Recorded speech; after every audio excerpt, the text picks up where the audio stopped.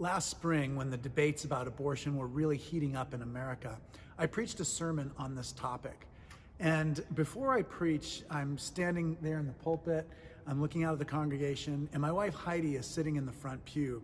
And before I even start to say anything, we kind of lock eyes, and I just know things are going to be okay. And that's what it looks like from my perspective. Earlier this spring, someone took a picture of her from behind at that exact moment that I was talking about.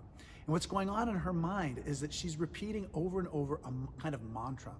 And the mantra is, you are loved, you are loved, you are loved. And she says this like 50 times or so until it stops being a kind of message that's being transmitted to me and becomes a message that she begins to hear for herself. She begins to realize how loved she is.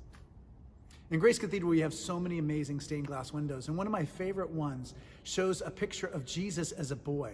So he's a boy in the temple, and he's listening to the elders speak, and so they're all lined up in front of him, and they're speaking, and so you just see Jesus from the back, but you see their faces.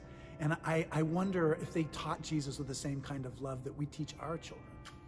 And then above that, in the stained glass window, is a picture of Jesus being baptized, and as Jesus comes out of the water from being baptized, he hears a voice from the heavens, from God, saying, you are my son, you are my beloved.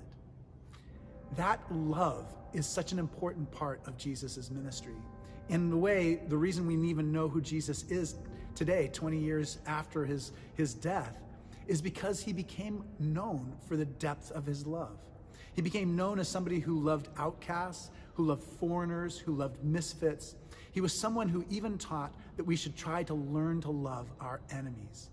And I oftentimes think that this may come, his most powerful attribute comes from knowing that he himself is loved.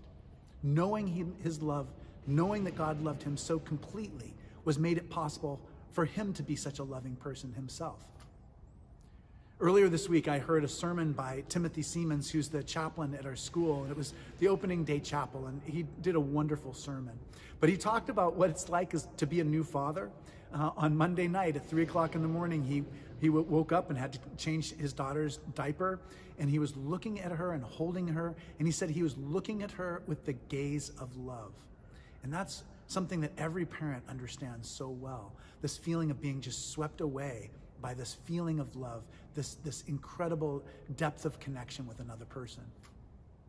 So I'm hoping and praying that wherever you are, you too are both experiencing the gaze of love, where you're able to look in someone and really care for them and love them.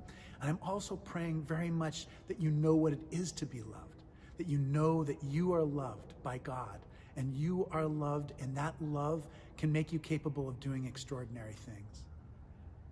My name is Malcolm Clemens Young. I'm the Dean of Grace Cathedral here in San Francisco, California. Thanks for watching. More good news.